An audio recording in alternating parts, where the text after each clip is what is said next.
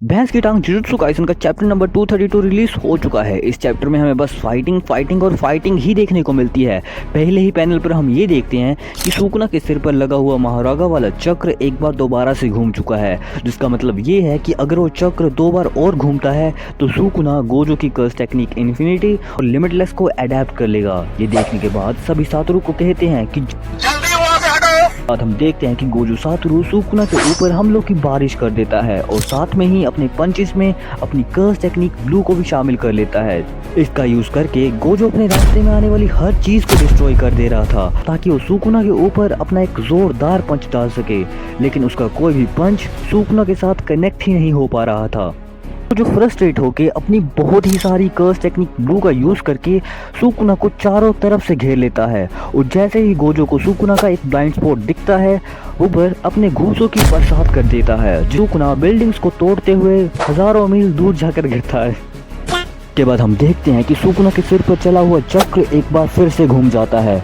ये देखकर सभी लोग चौंक जाते हैं क्योंकि अगर चक्र एक बार दोबारा से घूम जाता है तो गोजो का काम वहीं पर तमाम हो जाएगा। पर इतादोरी कहता है कि क्या महारागो अटैक लेने के बाद कुछ वक्त लेता है इन्फिनिटी को अडेप्ट करने के लिए, या जैसे ही उसको अटैक हिट होता है वैसे ही वो इन्फिनिटी को अडेप्ट कर लेगा।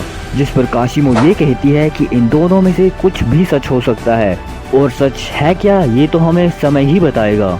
दूसरी तरफ कुसुकागे ये कहता है कि गोजो बस अपनी कर्स टेक्निक ब्लू का ही यूज कर रहा है, लेकिन तब हमें ये बताया जाता है कि गोजो तो बस पूरी जनता को मूर्ख बनाना चाहता है। वो चाहता है कि सभी को इंक्लूडिंग सुकुना को ये लगे कि गोजो बस अपनी कर्स टेक्निक ब्लू का यूज करेगा। ऐसे ही उसको लगता है कि सुकुना बस यही चीज सोच रहा है, तभी गोजो सुकुना के ऊपर अपनी कर्स टेक्निक रेड का यूज कर देता है और कहता है कि अब मैं तुझे नर्क की सैर करवा दूंगा। तभी हम सभी ये नोटिस करते हैं कि सुकुना के सिर पर जो चक्र है उसका रंग बदल जाता है, अर्थात सुकुना राइट नाउ अपनी डोमेन एम्पलीफिकेशन को यूज करता है, जिस वजह से वो अपने ऊपर आने वाली डैमेज को बहुत ही ज्यादा हद तक मिनिमाइज कर लेता है और कहता है, बच्चे तुम अपनी जिस मर्जी टेक्निक से मुझ पर हमला करो, मैं उन सभी टेक्निक्स को इन्वेड कर लूंगा। लेकिन गोजो तो बस अपनी ही दुनिया में है और वो कहता है कि क्या तुम्हें पता है कि मेरी कर्स टेक्निक ब्लू का अभी तक धमाका नहीं हुआ है। जिसके साथ ही एक जोरदार धमाका होता है और हम देखते हैं कि सुकुना अपने पैरों पर गिरा हुआ है। लेकिन गोजो यहाँ पर रुकता नहीं है, वो सुकुना के ऊपर कई सारे पंचेस की बरसात कर देता है। वो एक के बाद एक ब्लैक फ्लैश का यूज करता है और सुकुना को मारता ही जाता है जब तक सुकुना पूरी तरह से बेहोश नहीं हो जाता है। हम देखते हैं कि सुकुना की आंखें वाइट हो चुकी हैं, उसके मुंह से खून निकल रहा है, जिसका मतलब ये है कि सुकुना अब पूरी तरह से नॉकआउट हो चुका है। सभी ऑडियंस के मन में ये आवाज आती है, एंड द विनर इज तेरी माँ की। एंड आउट ऑफ नोवेयर ये आवाज रुक जाती है और हम देखते हैं कि महारागा एक शैडो से बाहर निकल रहा है और तब हमारा ध्यान जाता है दूसरी तरफ। तब हमारा ध्यान जाता है सुकुना के सिर पर लगा हुआ चक्र जो जमीन पर गिर चुका है, लेकिन वो अब दोबारा से घूम चुका है, जिसका मतलब ये है कि महारागा ने गोजो की टेक्निक को एडेप्ट कर लिया है।